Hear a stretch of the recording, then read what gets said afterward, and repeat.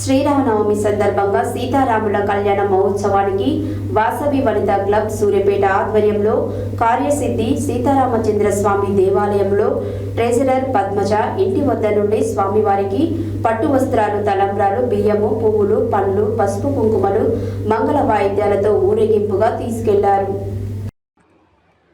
శ్రీరామనవమి సందర్భంగా సీతారాముల కళ్యాణ మహోత్సవానికి వాసవి వనిత క్లబ్ సూర్యాపేట ఆధ్వర్యంలో కార్యసిద్ధి సీతారామచంద్ర స్వామి దేవాలయంలో ట్రెజరర్ పద్మజ ఇంటి వద్ద నుండి స్వామివారికి పట్టు వస్త్రాలు, తలంబ్రాలు, బియ్యము, పువ్వులు, పండ్లు, పసుపు, కుంకుమలు, మంగళ వాయిద్యాలతో ఊరేగింపుగా తీసుకెళ్లడం జరిగినది.